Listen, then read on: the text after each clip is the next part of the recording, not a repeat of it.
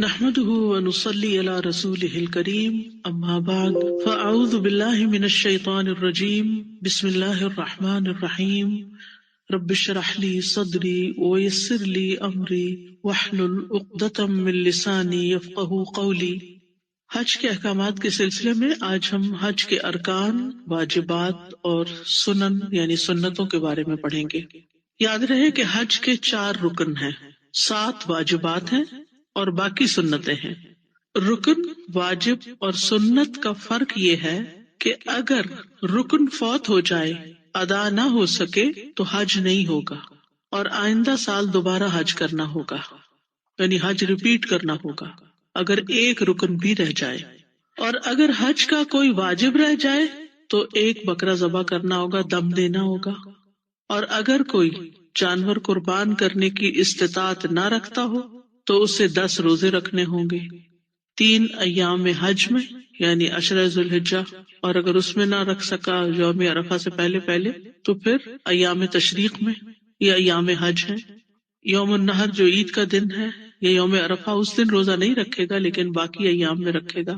اور باقی 7 گھر پہنچ کر ضروری نہیں کہ وہ ذوالحجہ میں ہی رکھے، کیونکہ بعض حاجی ذوالحجہ کے اخیر میں یا ذوالحجہ کے بعد گھر پہنچتے ہیں، مثلا محرم میں اگر کوئی پہنچا ہے محرم میں بھی رکھ سکتا ہے پھر۔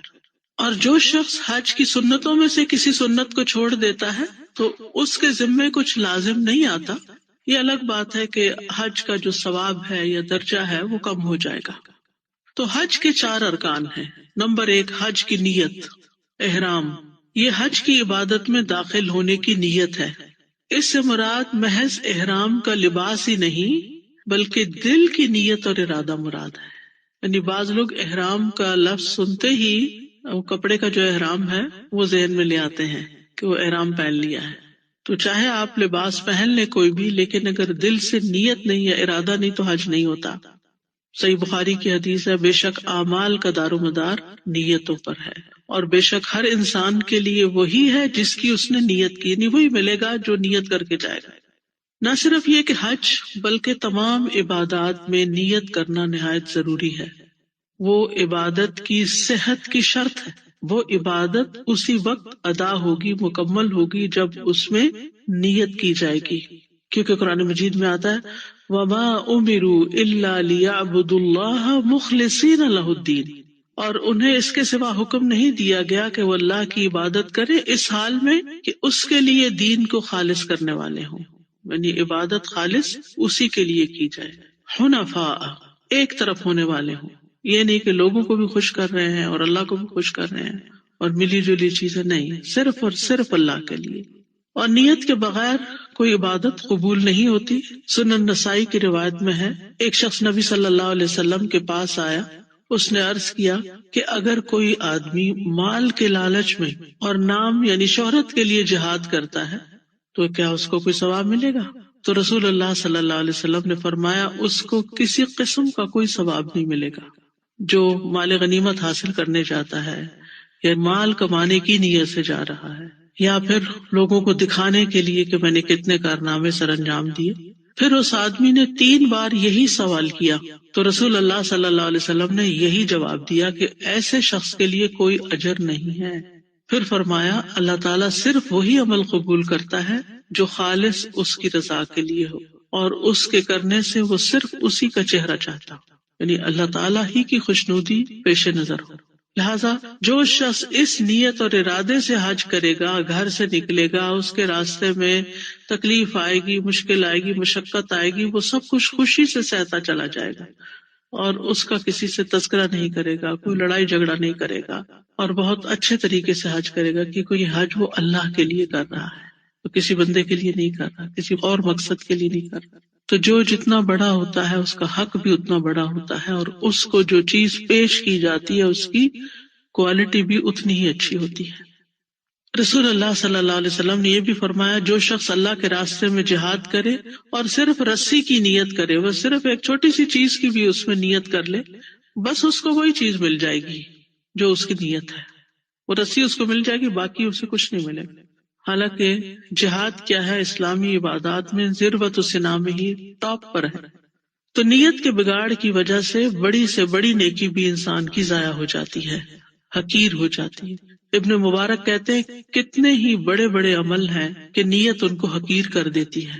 اس کی دلیل اس حدیث سے ہے، جس آدمی نے ہجرت کی تو یہ اعمال میں سے بہت بڑا عمل تھا، یعنی جہاد کے بعد ہجرت بہت بڑا عمل ہے، لیکن یہ عمل اس کی بری نیت کی وجہ سے حقیر ہو گیا اور اس کا اجر چلا گیا، فائدہ ہی کچھ نہیں ہوا۔ تو اس لیے حج کا پہلا رکن نیت کی درستگی اور اچھی نیت کے ساتھ حج کرنا، اللہ کی رضا کے لیے حج کرنا، اللہ کی عبادت کے لیے جانا اور کسی مقصد کے لیے نہیں جانا۔ نمبر 2، وقوف عرفہ، عرفہ میں وقوف کرنا، ٹھہرنا۔ سورۃ البقرہ کی آیت نمبر 198 میں اللہ تعالیٰ کا ارشاد ہے، پھر جب تم عرفات سے واپس آؤ تو مشعر حرام کے پاس اللہ کو یاد کرو اور اس کو اس طرح یاد کرو جیسے اس نے تمہیں ہدایت دی ہے، اور بلا شبہ اس سے پہلے تم یقیناً گمراہوں میں سے تھے۔ جیسا کہ آپ جانتے ہیں کہ دور جاہلیت میں عرب، خاص طور پر قریش کے لوگ عرفات نہیں جاتے تھے، جبکہ باقی باہر سے آنے والے تمام قبائل کے لوگ عرفات میں جا کر ٹھہرتے تھے اور اس کو حج کا حصہ سمجھتے تھے، لیکن قریش اس کو اپنی شان کے خلاف سمجھتے تھے۔ تو اس لیے یہاں پر عرفات کا خاص طور پر ذکر کیا گیا کہ جب تم عرفات سے واپس آؤ، یعنی عرفات جانا ضروری ہے، وہاں سے واپس آ کر مشعر حرام کے پاس اللہ کو یاد کرو۔ ایک مشعر حرام ہے اور ایک مشعر حلال ہے۔ حرام سے مراد وہ علاقہ ہے جو حرم کے اندر آتا ہے، اور عرفہ جو ہے وہ حرم کے اندر نہیں آتا، یعنی وہ حرم سے باہر ہے۔ تو وہاں سے جب تم آؤ تو پھر مشعر حرام میں، یعنی کہ حرم میں داخل ہو کر جو مخصوص جگہ ہے وہاں پر اللہ کو یاد کرو، یعنی وہاں بھی اللہ کا ذکر کرو۔ تو بہرحال حج عرفہ میں وقوف کا نام ہے۔ رسول اللہ صلی اللہ علیہ وسلم عرفہ میں وقوف کر رہے تھے اور عبد الرحمن بن یامر ان کے پاس آئے، اور اہل نجد میں سے بھی کچھ لوگ آپ کے پاس آئے۔ انہوں نے کہا، اللہ کے رسول حج کیسے ہے، یعنی حج کس کو کہا جاتا ہے؟ کیف الحج؟ فقال الحج عرفہ، تو آپ نے فرمایا حج تو عرفہ کے دن ہی ہے، یعنی یہ اس کا اہم ترین رکن ہے، اور جو شخص میدان عرفات پہنچ گیا اس کا حج پورا ہو گیا۔ رسول اللہ صلی اللہ علیہ وسلم نے ایک شخص کو حکم دیا اور اس نے پکار کر لوگوں کو بتایا کہ حج تو عرفات کا دن ہے، الحج یوم عرفہ۔ جو شخص مزدلفہ کی رات میں، یعنی عرفہ کا دن گزار کے جو رات آتی ہے وہ مزدلفہ میں گزاری جاتی ہے، مزدلفہ کی رات میں فجر کی نماز سے پہلے پہلے عرفات پہنچ گیا، اس کا حج پورا ہو گیا۔ بعض اوقات ایسا بھی ہو سکتا ہے نا کہ کسی وجہ سے کوئی ٹریفک بلاک ہو جائے یا کوئی اور مسئلہ پیش آ جائے کہ آپ دن کو نہ پہنچ سکے، اب آپ اپنے گھر سے گئے ہیں، اپنا سب کچھ چھوڑ کے گئے، اپنا سب مال خرچ کیا ہے، لیکن جس مخصوص وقت پر وہاں پہنچنا تھا وہاں نہیں پہنچ سکے، یعنی زوال شمس کے بعد سے عرفہ کا وقوف شروع ہوتا ہے، تو آپ مغرب تک نہیں وہاں پہنچ سکے، تو مغرب کے بعد بھی آپ وہاں جا سکتے ہیں، حج ہو جائے گا، آپ کے پاس پوری رات ہے۔ لیکن اگر مؤذن نے اللہ اکبر کہہ دی اور اس کے بعد آپ داخل ہوئے تو پھر آپ کا حج نہیں ہوگا۔ تیسری چیز ہے طواف افاضہ، اس کو طواف زیارہ بھی کہا جاتا ہے۔ اللہ سبحانہ و تعالیٰ قرآن مجید میں فرماتے ہیں وَلْيَطَّوَّفُوا بِالْبَيْتِ الْعَتِيقِ، انہیں چاہیے کہ قدیم گھر کا طواف کریں۔ تو طواف زیارہ حج کا رکن ہے، اگر یہ رکن رہ جائے، یہ طواف نہ ہو کسی کا تو حج نہیں ہوتا، یعنی اس کا کوئی بدل نہیں کہ کوئی کہے کہ چلے میں اس کے بدلے میں قربانی کر دوں، دم دے دوں، نہیں، حج نہیں ہوگا۔ اور یہ طواف 10 ذی الحجہ کے دن کیے جانے والے 4 اہم کاموں میں سے ایک کام ہے، لیکن ضروری نہیں کہ 10 ہی کو ضرور کیا جائے۔ اچھا ہے اگر 10 تاریخ کو ہی ہو جائے یوم النہر کو، لیکن اگر کسی وجہ سے نہ ہو سکے تو 11 تاریخ کو بھی ہو سکتا ہے، 12 کو بھی ہو سکتا ہے، کیونکہ اس میں عورت کا حیض سے پاک ہونا ضروری ہے، لہٰذا اگر وہ 10 تاریخ کو پاک نہیں ہے تو باقی سارے کام وہ حیض کی حالت میں کر سکتی ہے، کنکریاں مار سکتی ہے، اپنے بال کٹوا سکتی ہے، قربانی دے سکتی ہے، لیکن طواف جو ہے وہ پاک ہو کر کرے گی، لہٰذا جس دن وہ پاک ہوگی، چاہے اگلے دن یا 4-5 دن کے بعد، تو وہ اس وقت طواف کر لے گی۔ امام نووی کہتے ہیں کہ علماء کا اجماع ہے کہ یہ حج کا رکن ہے اور اس کے بغیر حج نہیں ہوتا۔ نبی صلی اللہ علیہ وسلم نے 10 ذی الحجہ کو ہی طواف افاضہ کیا تھا۔ ابن عمر کہتے ہیں کہ نبی صلی اللہ علیہ وسلم نے قربانی والے دن طواف افاضہ کیا، پھر لوٹ کر مینا میں ظہر کی نماز پڑھی، یعنی ظہر سے پہلے پہلے طواف کر کے بھی واپس لوٹ گئے۔ چوتھا رکن صفا مروہ کی سعی ہے۔ حدیث میں آتا ہے، حبیبہ بنت ابی تجرات سے روایت ہے کہ ہم لوگ قریش کی کچھ خواتین کے ساتھ دار ابو حسین میں داخل ہوئے۔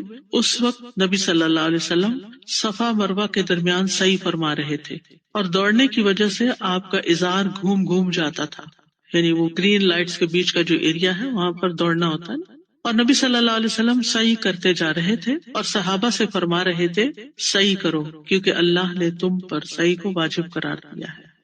حج تمتع کرنے والے دو سعی کریں گے، ایک جب عمرہ کریں گے اس وقت کی سعی، اور دوسرے جب وہ حج کریں گے، لیکن حج افراد والے ایک ہی سعی کریں گے۔ جب وہ حج کریں گے تو منا سے واپس آ کر یوم النحر کو طواف کر لیں گے اور ساتھ سعی کر لیں گے۔ حج قران والے بھی ایک سعی کریں گے کیونکہ ان کا حج اور عمرہ ایک ہی احرام میں ہوتا ہے، تو دونوں کے لیے ایک سعی کافی ہو جائے گی۔ حج تمتع کرنے والے طواف افاضہ کے بعد حج کی سعی کریں گے، یعنی پہلے طواف کریں گے پھر سعی کریں گے، جبکہ اس سے پہلے وہ عمرے کی سعی کر چکے ہوں گے جب عمرہ کیا انہوں نے۔ حج افراد اور قران والے اگر پہلے سعی کر چکے ہیں، یعنی عمرے کے ساتھ انہوں نے سعی کی پھر حج کے لیے گئے، اب واپس آ کے صرف طواف کریں گے، دوبارہ سعی نہیں کریں گے۔ جابر بن عبداللہ سے روایت ہے، وہ کہتے ہیں کہ نبی صلی اللہ علیہ وسلم اور آپ کے صحابہ نے صفا اور مروہ کے درمیان ایک ہی بار سعی کی تھی، یعنی پہلی بار طواف قدوم یا طواف عمرہ کے ساتھ۔ تو یاد رکھیے ان چار ارکان میں سے اگر کوئی ایک رکن بھی ادا نہیں ہوتا تو ایسے شخص کا حج ہی نہیں ہوتا، اس سے نہ کوئی دم، کوئی فدیہ، کچھ بھی قبول نہیں ہوگا، اس کو آئندہ حج دوبارہ کرنا ہوگا۔ اس کے بعد حج کے واجبات کا ذکر ہے۔ حج کے 7 واجبات ہیں۔ نمبر 1، میقات سے احرام باندھنا۔ احرام بذات خود ایک رکن ہے، یعنی اوپر جو نیت کی بات ہوئی اور احرام کی بات ہوئی، یعنی احرام کو پہننا جو ہے یہ حج کا رکن ہے، لیکن میقات سے باندھنا واجبات میں سے ہے۔ ٹھیک۔ عبداللہ بن عمر سے روایت ہے کہ ایک آدمی نے مسجد میں کھڑے ہو کر عرض کیا، اللہ کے رسول، آپ ہمیں کس جگہ سے احرام باندھنے کا حکم دیتے ہیں؟ تو آپ نے فرمایا، مدینہ والے ذوالحلیفہ سے، اہل شام جحفہ سے، نجد والے قرن المنازل سے احرام باندھیں۔ یعنی ہر طرف سے آنے والوں کا میقات مختلف ہے اور اس کا فاصلہ بھی مختلف ہے۔ دوسری چیز جو واجبات میں سے ہے وہ ہے زوال آفتاب کے بعد مغرب تک عرفات میں وقوف کرنا، یہ واجب ہے۔ جو شخص زوال آفتاب کے بعد وقوف کرے گا اس کے لیے لازم ہے کہ غروب آفتاب تک یہیں ٹھہرے، یعنی یہ سارا وقت یہیں گزارنا ہوگا، یہاں سے نہیں نکلے گا۔ وقوف عرفہ حج کا رکن ہے۔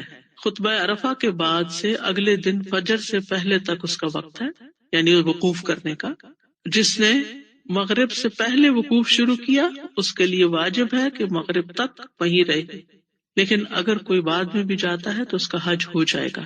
عبد الرحمن ابو یامر الدیلی بیان کرتے ہیں کہ رسول اللہ صلی اللہ علیہ وسلم نے ایک شخص کو حکم دیا اور اس نے پکار کر کہا حج تو عرفات کا دن ہے، کیونکہ آپ نے حکم دیا تھا کہ پکار کے کہو۔ جو شخص مزدلفہ کی رات میں فجر کی نماز سے پہلے پہلے یہاں آ گیا اس کا حج پورا ہو گیا۔ تیسرا واجب ہے رات مزدلفہ میں گزارنا، یعنی عرفات سے واپس ہو کر سیدھے مینا نہیں جانا بلکہ مزدلفہ میں ٹھہرنا۔ تو جو چاند کے غروب ہونے سے پہلے مزدلفہ پہنچ جائے اس نے یہ رکن ادا کر لیا۔ غروب ہونے کا کیا مطلب ہے؟ یعنی رات گزرنے سے پہلے۔ بعض علماء کے نزدیک مزدلفہ میں رات گزارنا حج کے ارکان میں سے ایک رکن ہے جس کے بغیر حج صحیح نہیں ہوتا، یعنی بعض علماء کا یہ خیال بھی ہے۔ ابن قیم کا رجحان اسی طرف ہے، وہ اس آیت کو دلیل بناتے ہیں، فَإِذَا أَفَضْتُم مِّنْ عَرَفَاتٍ فَاذْكُرُوا اللَّهَ عِندَ الْمَشْعَرِ الْحَرَامِ۔ تو یہاں عرفات کا ذکر اور مشعر حرام کا ذکر ایک ہی آیت میں ہوا ہے، لہٰذا وہ کہتے ہیں کہ عرفات میں وقوف کے علاوہ رات مزدلفہ میں گزارنا بھی فرض ہے۔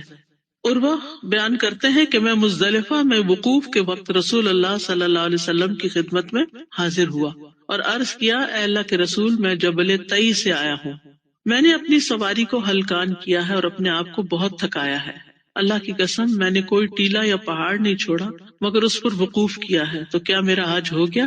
رسول اللہ صلی اللہ علیہ وسلم نے فرمایا، جس نے ہمارے ساتھ یہ فجر کی نماز پا لی یعنی مزدلفہ میں اور اس سے پہلے وہ رات میں یا دن میں عرفات میں حاضر ہو چکا تو اس کا حج پورا ہو چکا اور اس نے اپنا میل کچیل دور کر لیا، یعنی اس کے بعد وہ احرام سے نکل آئے مینا میں جا کر جو مخصوص کام کرنے کے بعد۔ چوتھی چیز ہے ایام تشریق کی راتیں مینا میں گزارنا. ٹھیک ہے، یہ بھی واجبات میں سے ہے. سورۃ البقرہ کی آیت نمبر 203 میں آتا ہے وَاذْكُرُوا اللَّهَ فِي أَيَّامٍ مَّعْدُودَاتٍ فَمَن تَعَجَّلَ فِي يَوْمَيْنِ فَلَا إِثْمَ عَلَيْهِ وَمَن تَأَخَّرَ فَلَا إِثْمَ عَلَيْهِ لِمَنِ اتَّقَىٰ وَاتَّقُوا اللَّهَ وَاعْلَمُوا أَنَّكُمْ إِلَيْهِ تُحْشَرُونَ. گنتی کے چند دنوں میں اللہ کو یاد کرو، پھر جو 2 دنوں میں چلا جائے جلدی اس پر کوئی گناہ نہیں. کہاں سے چلا جائے؟ مینا سے. اور جو تاخیر کرے تو اس پر بھی کوئی گناہ نہیں، یعنی 13 تاریخ کو بھی وہیں رہے تو بھی ٹھیک ہے. کس کے لیے گناہ نہیں؟ لمن اتقا، جو اللہ سے ڈرے. اور اللہ سے ڈرو اور جان لو بے شک تم اسی کی طرف اکٹھے کیے جاؤ گے. یہاں بھی تقویٰ کا سبق یاد کرا دیا گیا کہ زیادہ ٹھہرنے والے کم ٹھہرنے والوں کو غلط نہ سمجھے، اور کم ٹھہرنے والے زیادہ ٹھہرنے والوں کو زیادتی کرنے والا نہ سمجھے، بلکہ دونوں ہی اللہ کے نزدیک صحیح کام کر رہے ہیں اگر وہ اللہ کا تقویٰ اختیار کیے ہوئے. اگر کوئی خاص مجبوری ہو، کوئی خاص ڈیوٹی ہو، تو پھر یہ راتیں مکہ میں بھی گزاری جا سکتی ہیں. جیسے اس زمانے میں حاجیوں کو پانی پلانے کی ذمہ داری کچھ مخصوص لوگوں پر ہوتی تھی، تو انہوں نے جانوروں کو چرانا ہوتا تھا، تو وہ پھر ایام تشریق کے دنوں کی راتیں مینا میں گزارنے کی بجائے مکہ میں چلے جاتے تھے رات کو پانی پلانے کے لیے. اور ایام تشریق جو ہیں یہ 11، 12 اور 13 ذوالحجہ ہے. عباس بن عبد المطلب رسول اللہ صلی اللہ علیہ وسلم سے حاجیوں کو زمزم کا پانی پلانے کے لیے مینا کے دنوں میں مکہ ٹھہرنے کی اجازت مانگ رہے تھے، تو آپ نے ان کو اجازت دے دی. یعنی حاجیوں کو پانی پلانا ہے یا جانوروں کو پانی پلانا ہے تو ایسی صورت میں اس طرح کیا جا سکتا ہے حج کی انتظامی ضروریات کے تحت. یا یہ کہ اگر کوئی بیمار ہو گیا تو ہاسپٹل میں لے آئے اس کو مکہ میں، تو وہ اور بات ہے. یا کوئی ایسا عذر مجبوری ہے جو جینون ہے تو ٹھیک ہے، ورنہ یہ واجبات میں سے ہے کہ راتیں وہاں گزاری. نمبر 5، جمرات کو کنکریاں مارنا.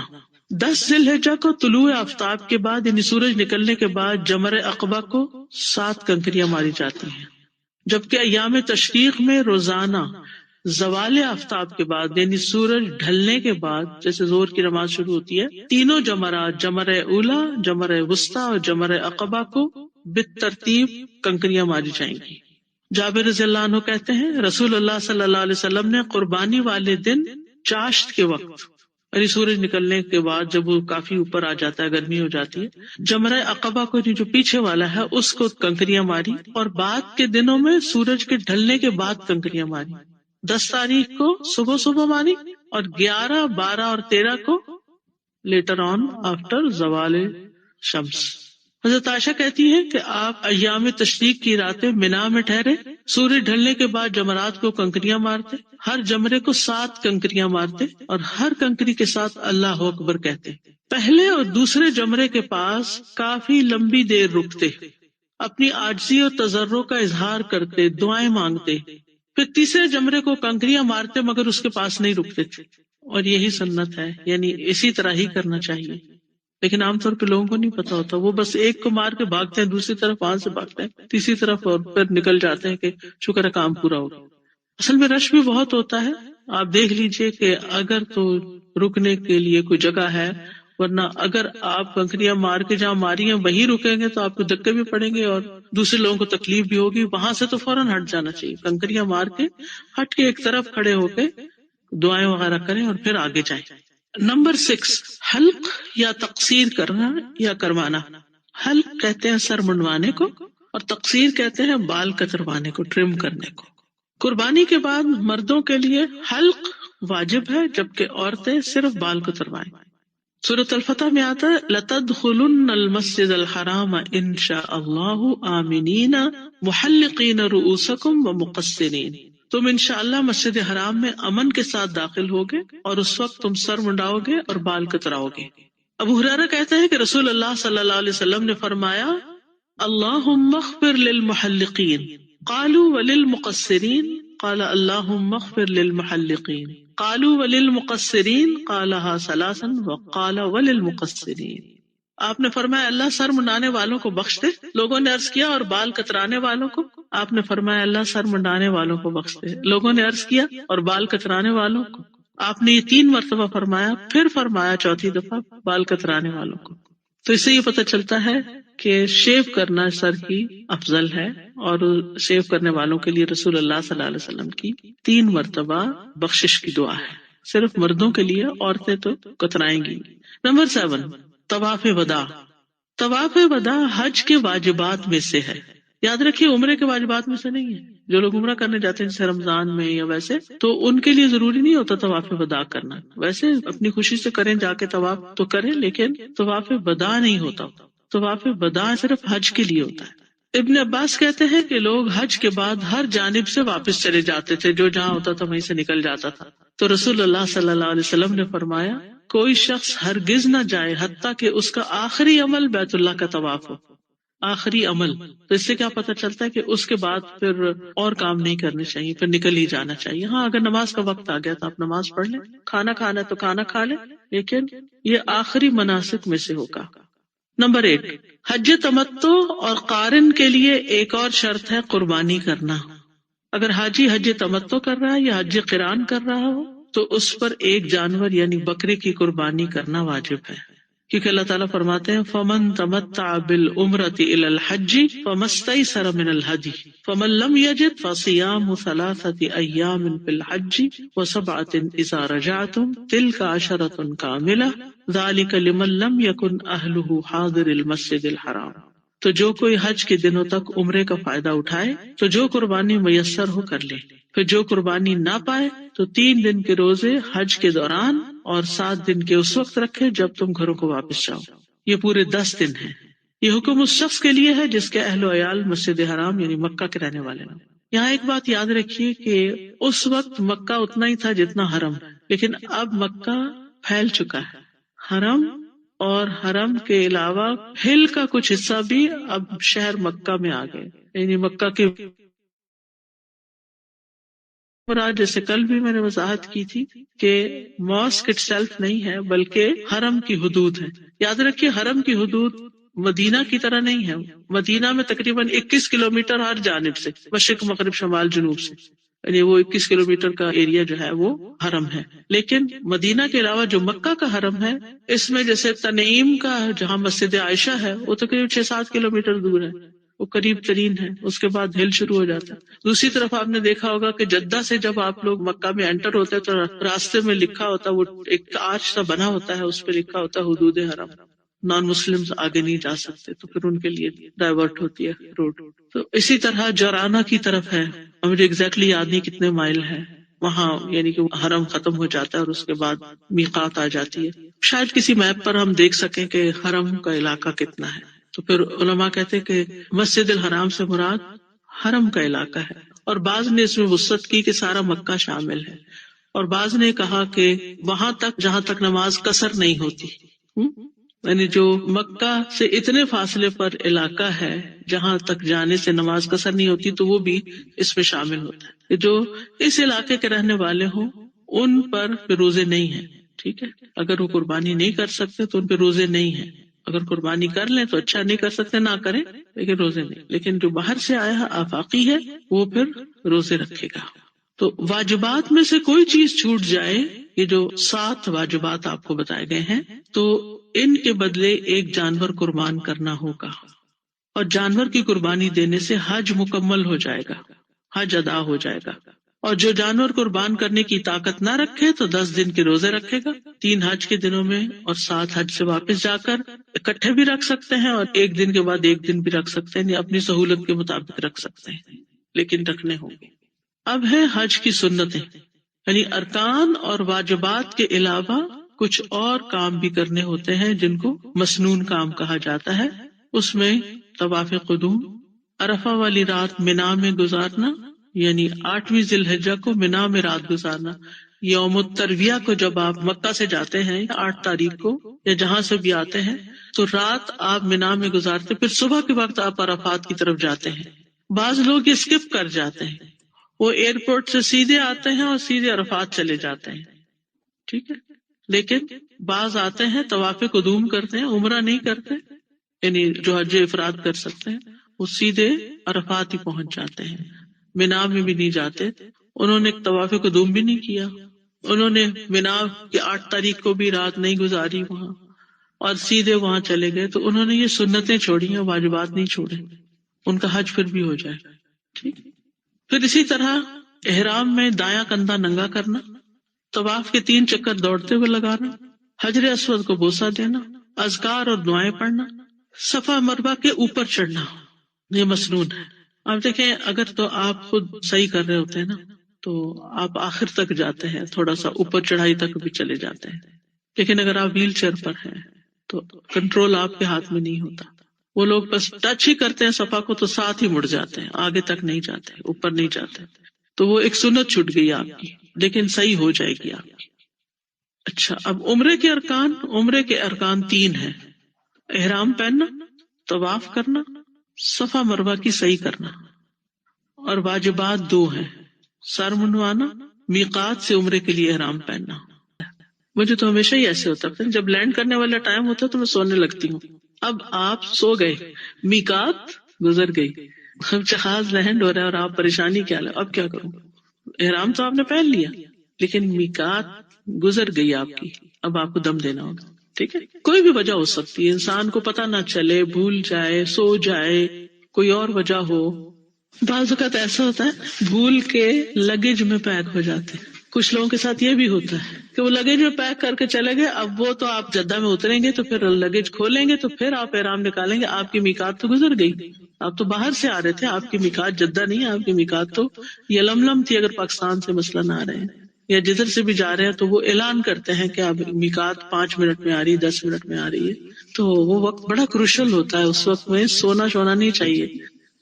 چونکہ اب یہ چیز لوگوں کے اپنے کنٹرول میں نہیں رہی تو بعض علماء یہ کہتے ہیں کہ عورت اپنے آپ کو یعنی پیک کر کے اور پھر طواف کر جائے. یعنی لیٹسٹ یہ فتویٰ بھی آیا ہے، واللہ عالم. پہلے زمانے میں تو یہ ہوتا تھا نا کہ لوگ رک جاتے تھے کہ جب تک عورت پاک نہ ہو، تو پھر ان کے اپنے ہاتھ میں ہوتا تھا کہ کس دن ہم چلے جائیں. اگر سارا قافلہ جا بھی رہا ہے تو وہ کسی اور قافلے میں شریک ہو گئے، حج پورا کر کے. اب یہ فلائٹس اپنے کنٹرول میں ہی نہیں ہے، اور بعض اوقات اچانک 1-2 دن پہلے شروع ہو جاتا ہے، یا یہ کہ پاک نہیں ہو پا رہے. تو ایسی صورت میں پھر اگر زندگی میں اللہ موقع دے تو ریپیٹ کر لیا جائے حج تو بہتر ہے، لیکن اس رخصت سے بھی فائدہ اٹھایا جا سکتا ہے. ایک اس کو واجب مس ہو گیا طرح، یعنی حج یا عمرہ شروع کرنے کی جو نیت ہے اس میں داخل ہو رہے ہیں تو میقات پر کرنا جو ہے وہ اپنے معنی رکھتا ہے، اگرچہ دل میں تو پہلے سے ہی ہے. تو یہ جو ماسک بھی ہم پہن سکتے ہیں؟ نہیں پہن سکتے، کمپلسری نہیں ہے نا. اگر گورنمنٹ کی طرف سے کمپلسری ہو اور آپ کے پاس چوائس نہ ہو پھر تو ٹھیک ہے، لیکن اگر آپ اپنی چوائس سے ماسک پہن رہے ہیں تو آپ کو دم دینا ہوگا. لیکن خواتین ساکس پہن سکتی ہیں، اور مرد حضرات ٹخنوں سے نیچے تک ساکس پہن سکتے ہیں، یعنی ٹخنے ننگے ہونے چاہیے. وہاں بیٹھ کے کوئی تلاوت وغیرہ کرنا چاہتے ہیں تو آپ حرم میں آ سکتے ہیں، ہوٹل جا سکتے ہیں، جا کر نہا دھو کے کپڑے وغیرہ دھو کے اپنے کام کاج کر کے کھانا وانا کھا کے پھر دوبارہ واپس آ جانے کا. نا کہ کچھ لوگ حج افراد کرتے ہیں جس میں عمرہ نہیں ہوتا. قدوم کا کیا مطلب ہوتا ہے؟ ارائیول پر طواف کر رہے ہیں. ٹھیک ہے. جو لوگ حج تمتع کرتے ہیں ان کا طواف قدوم عمرے میں شامل ہے، جو قران کرتے ہیں ان کا بھی ہو گیا. لیکن جو افراد کرتے ہیں وہ اگر پہلے طواف کر کے پھر جاتے ہیں منا عرفات تو ٹھیک ہے، اور اگر نہیں بھی کرتے اسکپ کر جاتے تو سنت ہے، ڈائریکٹ بھی جا سکتے ہو. نقاب تو ویسے ہی نہیں پہننا. اس کے لیے جو احرام ہے اس میں آپ ایک بڑا دوپٹہ لے. ایک تو اسکارف ہے نا، اسکارف تو بہت چھوٹا ہوتا ہے، اس میں تو پھر آپ کے لیے مشکل ہو جاتی ہے. لیکن اگر کاٹن کا بڑا دوپٹہ لے لے تو اس پہ اگر آپ یوں اس کو جسے بکل مارنا ہوتا ہے نا، تو بکل مار کے اس کا جو ایک حصہ نا پلو وہ لمبا چھوڑ دیں، اس کے ساتھ آپ اس کو آگے کر لیں جب مرد وغیرہ سامنے ہو، نہیں تو پیچھے ہٹا دیں. حج بدل کیا چیز ہے؟ بدل کہتے ہیں کسی کے بدلے کچھ کرنا، کسی کے لیے. اگر کوئی شخص صاحب استطاعت ہو لیکن بوڑھا ہو، اتنا بوڑھا کہ سفر کرنے کے قابل نہ ہو، بہت کمزور ہو، بیمار ہو، مفلوج ہو، پیرالائزڈ ہو، یا دائمی مریض ہو کہ کسی حال میں سفر نہیں کر سکتا، خود حج کرنے کے قابل نہیں ہے لیکن مالدار ہے، اس پہ حج فرض ہے مال کی وجہ سے، تو ایسے شخص کو اپنا مال دے کے کسی اور سے اپنا حج کروانا جائز ہے. لیکن وہ ایسا شخص ہوگا جس کا اپنا حج پہلے ہو چکا ہو. آپ یہ نہیں کہہ سکتے فلاں غریب انسان ہے اس کو میں پیسے دیتا ہوں تاکہ یہ میرا حج بدل کر دے. نہیں، اگر غریب نے پہلے اپنا کیا ہوا ہے تو پھر ٹھیک ہے، آپ اسی کو دے دیں دوبارہ موقع. تو اس طرح اس معذور شخص کا حج بدل ہو جائے گا، یعنی فریضہ ادا ہو جائے گا۔ ابن عباس کہتے ہیں قبیلہ جوہینہ کی ایک عورت نبی صلی اللہ علیہ وسلم کی خدمت میں حاضر ہوئی اور کہا کہ میری والدہ نے حج کی نظر مانی تھی لیکن وہ حج نہ کر سکی۔ یہ نظر والا حج ہے، فرض والا نہیں ہے۔ نظر بھی فرض ہو جاتی ہے کیونکہ آپ نے اپنے اوپر خود لازم کیا۔ تو نظر مانی ہوئی تھی لیکن جا نہیں سکی، تو کیا میں ان کی طرف سے حج کر سکتی ہوں؟ آپ نے فرمایا کہ ہاں، ان کی طرف سے حج کرو۔ کیا تمہاری ماں پر قرض ہوتا تو تم اسے ادا نہ کرتی؟ اللہ کا قرض ادا کرو، اللہ کا قرض تو اس کا سب سے زیادہ مستحق ہے کہ اسے پورا کیا جائے۔ تو اسی سے آپ دیکھیں کہ بعض لوگ عمرے کی نظر مان لیتے ہیں، ہوتا عمرے کی نظر مان لی، بیٹا میرا حافظ ہو گیا تو میں عمرہ کروں گی، لیکن کیا ہوا، اس وقت تک کوئی بیماری آ گئی، کوئی ایسی مجبوری آ گئی کہ باقی بچے چھوٹے ہیں، ان کو چھوڑ کے نہیں نکلا جائے، کوئی وجہ، تو عمرہ بدل بھی ہو سکتا ہے۔ ٹھیک ہے، کیونکہ بعض لوگ پھر کہتے ہیں اب ہم نے نظر مانی تھی، اب ہم کیا کریں، نظر کیسی پوری کریں، چھوڑ ہی دیتے ہیں، نظر پوری نہیں کرتے۔ تو یہ بھی گناہ کا کام ہے کہ آپ نظر مانیں اور نظر پوری نہ کریں۔ اگر کوئی بھی طریقہ نہ ہو نظر پوری کرنے کا تو پھر قسم توڑنے کا کفارہ دینا ہوتا ہے، ٹھیک، پھر اس سے انسان نکل آتا ہے نظر سے۔ لیکن نظر مان کے ایسے ہی اس کو نہیں چھوڑ دینا چاہیے کہ مجبوری ہے اب نہیں پوری ہو سکتی۔ تو حج بدل کے کچھ خاص ضابطے، احکامات، قاعدے ہیں۔ پہلی بات یہ کہ کن کی طرف سے حج نہیں کیا جا سکتا، یہ یعنی حج بدل کس کا نہیں ہوتا۔ کسی ایسے شخص کی طرف سے حج بدل نہیں ہوگا جس میں خود حج کرنے کی طاقت ہو، جو خود جا سکتا ہو، اور صرف ویسے ہی حج کی مشقت سے بچنے کے لیے کہ بہت بھاری سفر ہے میں نہیں جا سکتا، کسی کو بھیج دیتا ہوں اپنی جگہ، ایسے نہیں ہو سکتا۔ ابن قدامہ کہتے ہیں اس بات پر اجماع ہے کہ فرض حج کی طاقت رکھنے والے شخص کی طرف سے کوئی دوسرا حج نہیں کر سکتا۔ ابن منذر کہتے ہیں جس پر حج فرض ہو اور اس کے ادا کرنے کی طاقت بھی رکھتا ہو تو اس کی طرف سے کیا جانے والا حج کفایت نہیں کرے گا۔ اسی طرح مجنون کی طرف سے بھی نہیں ادا ہوگا کیونکہ اس کے افاقے کی امید کی جا سکتی، ہو سکتا ہے کسی وقت ٹھیک ہو جائے۔ تو جب تک وہ مجنون ہے اس پر قلم ساکت ہے، ابھی اس پہ حج فرض ہی نہیں ہے ایک طرح سے۔ جب وہ ٹھیک ہوگا تو پھر حج کر لے گا، نہیں ہوا تو کوئی بات نہیں۔ قیدی کی طرف سے حج بدل نہیں کیا جا سکتا کیونکہ امید ہے وہ قید سے باہر آ جائے۔ فقیر کی طرف سے بھی حج بدل نہیں کیا جا سکتا کہ میری بہن بہت غریب ہے وہ نہیں کر سکتی تو میرے پاس پیسے ہیں میں اس کے لیے حج کر دوں، یہ نہیں ہو سکتا کیونکہ وہ کل کو غنی ہوگی، صاحب استطاعت ہوگی تو خود کر سکتی۔ یعنی جہاں پاسبلٹی ہو کہ اس شخص کے حالات بدل سکتے ہیں تو جب اس کے حالات بدلیں گے، جب وہ صاحب استطاعت ہوگا تو وہ چلا جائے گا۔ محض مالی حیثیت کے ہونے کی وجہ سے وہ کسی اور سے حج نہیں کروائے گا۔ ٹھیک، اب کن لوگوں کی طرف سے حج کیا جائے گا؟ ایسے بیمار جن کے صحت یاب ہونے کی امید ہی نہ ہو، کبھی ٹھیک نہیں ہو سکتا، یا پھر بدنی طور پر عاجز ہو، یا میت کی طرف سے حج بدل ہوگا جو دنیا سے جا چکا۔ امام نبوی کہتے ہیں جمہور علماء اس بات کے قائل ہیں کہ حج میں میت اور شفا یابی سے مایوس عاجز کی جانب سے نیابت کی جا سکتی، اس کو نیابت کہتے ہیں، نائب بنانا، کسی کو وکیل بنانا اپنا۔ انتہائی ضعیف اور بوڑھے شخص کی طرف سے حج بدل کیا جا سکتا ہے۔ ایک مرتبہ نبی صلی اللہ علیہ وسلم کی خدمت میں ابو رزین حاضر ہوئے، عرض کیا میرے والد انتہائی ضعیف اور بوڑھے ہو چکے ہیں، حج اور عمرے کی طاقت نہیں رکھتے، نہ ہی ان کے اندر عورت کی خواہش ہے۔ آپ نے فرمایا پھر تم ان کی طرف سے حج بھی کرو اور عمرہ بھی کرو، یعنی بہت ہی بوڑھے ہیں تو ٹھیک ہے۔ اسی طرح فوت شدہ کی طرف سے عبداللہ بن بریدہ اپنے والد سے روایت کرتے ہیں، وہ کہتے ہیں کہ ایک بار میں رسول اللہ صلی اللہ علیہ وسلم کے پاس بیٹھا ہوا تھا، آپ کے پاس ایک عورت آئی اور بولی میں نے اپنی والدہ کو ایک لونڈی بطور صدقہ دی تھی اور والدہ فوت ہو گئی۔ آپ نے فرمایا تمہارا اجر واجب ہو گیا اور وراثت نے وہ لونڈی تمہیں لوٹا دی، یعنی واپس تمہارے پاس آ گئی، تم ماں کی وارث تھی۔ اس نے پوچھا اللہ کے رسول ان کے ذمے ایک ماہ کے روزے تھے، کیا میں ان کی طرف سے روزے رکھوں؟ آپ نے فرمایا ہاں تم ان کی طرف سے روزے رکھ دو۔ وہ بھی ہو گیا، روزہ بدل ہو گیا، یعنی ان کے حصے کا روزہ رکھ دیا، فرض ادا ہو گیا ان کا۔ اس نے پوچھا انہوں نے کبھی حج نہیں کیا تھا، کیا میں ان کی طرف سے حج کروں؟ آپ نے فرمایا تم ان کی طرف سے حج بھی کرو۔ بہت ہی نیک بیٹی تھی، پہلے ماں کو ایک خادمہ دی، پھر اس کے بعد ان کے روزے رکھے، پھر اس کے بعد ان کی طرف سے حج کیا۔ کم ہی اولاد ایسی ہوتی ہے جو اتنا خیال رکھنے والی ہے۔ بہرحال یہ یاد رکھیے کہ جس نے اپنا حج کر رکھا ہو وہی دوسرے کے لیے حج کر سکتا ہے، حج بدل کر سکتا ہے، یعنی جب تک اپنا حج نہ کیا ہو وہ کسی دوسرے کی طرف سے حج نہیں کر سکتا۔ ابن عباس کہتے ہیں کہ نبی صلی اللہ علیہ وسلم نے ایک شخص کو سنا، وہ کہہ رہا تھا لبیک ان شبرما، میں شبرما کی طرف سے حاضر ہوں۔ آپ نے پوچھا شبرما کون ہے؟ اس نے کہا میرا بھائی ہے۔ آپ نے پوچھا کیا تم نے اپنی طرف سے حج کر لیا؟ اس نے کہا نہیں۔ آپ نے فرمایا پہلے اپنا حج کرو پھر شبرما کی طرف سے کرنا۔ اسی طرح عورت مرد کی طرف سے اور مرد عورت کی طرف سے حج کر سکتا ہے، یعنی مثلا بیٹی باپ کا حج بدل کر سکتی ہے، اور مثلا شوہر بیوی کی طرف سے کر سکتا ہے۔ نبی صلی اللہ علیہ وسلم نے قبیلہ خثعم کی عورت کو حکم دیا تھا کہ وہ اپنے والد کی طرف سے حج کر لے، اور نبی صلی اللہ علیہ وسلم نے ایک شخص کو اپنی والدہ کی طرف سے حج کرنے کا حکم دیا تھا۔ تو دونوں دلائل ملتے ہیں، اور ایک دوسرے شخص کو اپنے والد کی طرف سے حج کرنے کا حکم دیا تھا۔ تو میل میل کی طرف سے، فیمیل میل کی طرف سے، میل فیمیل کی طرف سے حج کر سکتے ہیں۔ ایک حج ایک ہی شخص کی طرف سے ہوگا، یہ نہیں ہو سکتا کہ وہ میری نانی نے بھی نہیں کیا تھا، دادی نے بھی نہیں کیا تھا، تو میں چاہتی ہوں ان سب کا میں اس دفعہ کراؤں۔ ایسے نہیں ہو سکتا، باری باری ہوگا۔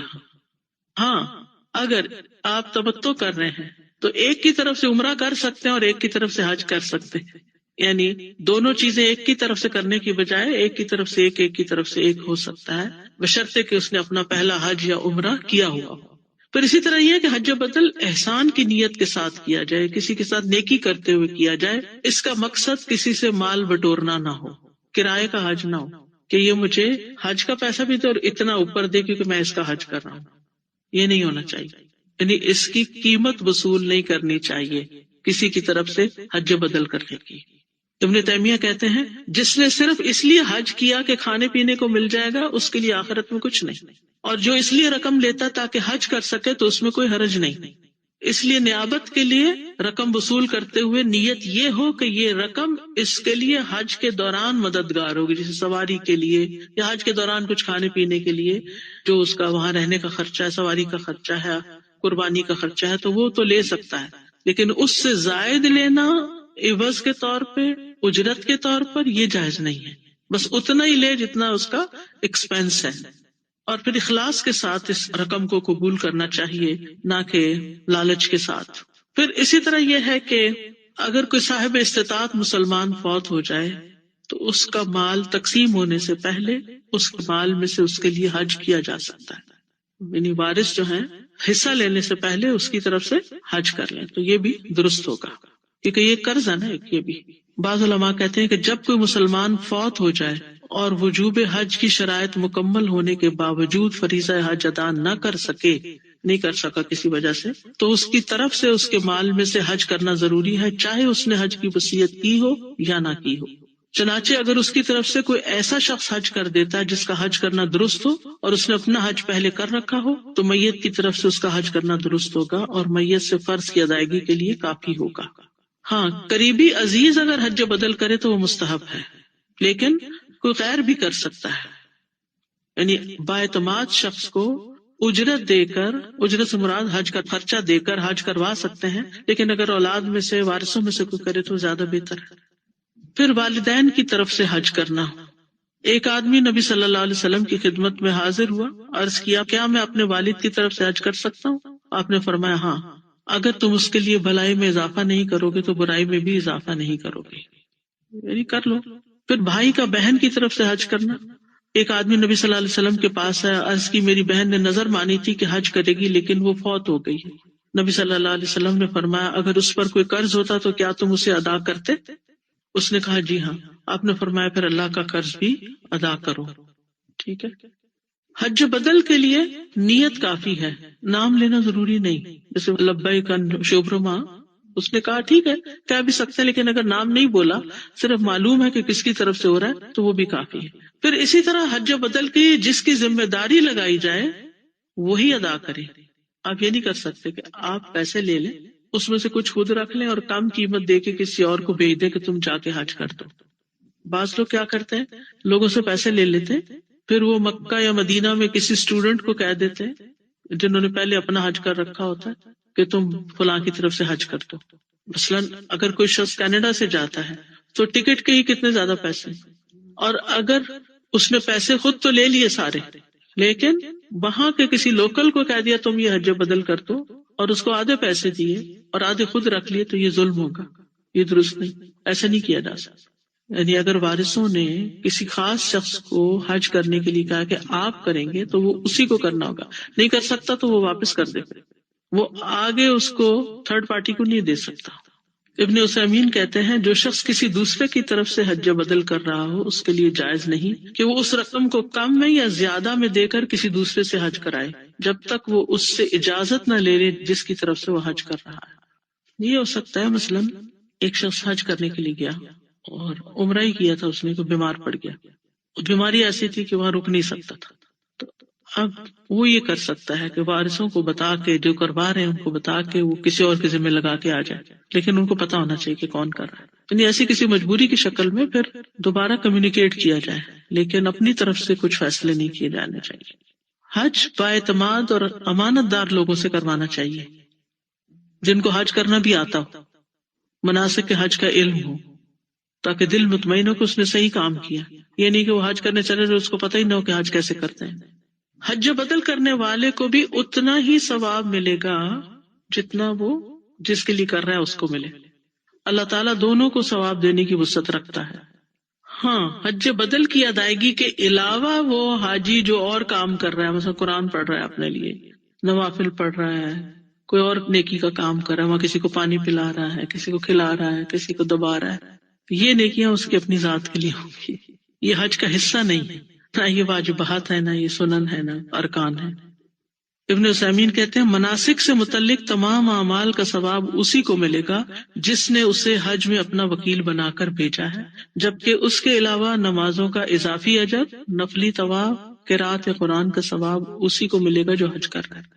اسی طرح کیا کسی دوسرے کی طرف سے عمرہ بدل بھی کیا جا سکتا ہے؟ اگر کوئی شخص خود عمرہ کرنے پر قادر ہے تو اس کی طرف سے عمرہ نہیں کیا جائے گا۔ اگر کوئی شخص مالی یا جسمانی لحاظ سے استطاعت نہیں رکھتا یا اس پر حج عمرہ واجب نہیں ہوتا، اور حج عمرہ ایسے شخص کی جانب سے کیا جا سکتا ہے جو خود حج عمرہ کرنے سے عاجز ہو، اور میت کی جانب سے بھی حج عمرہ کیا جا سکتا ہے، لیکن جو زندہ ہو اس کی طرف سے نہیں۔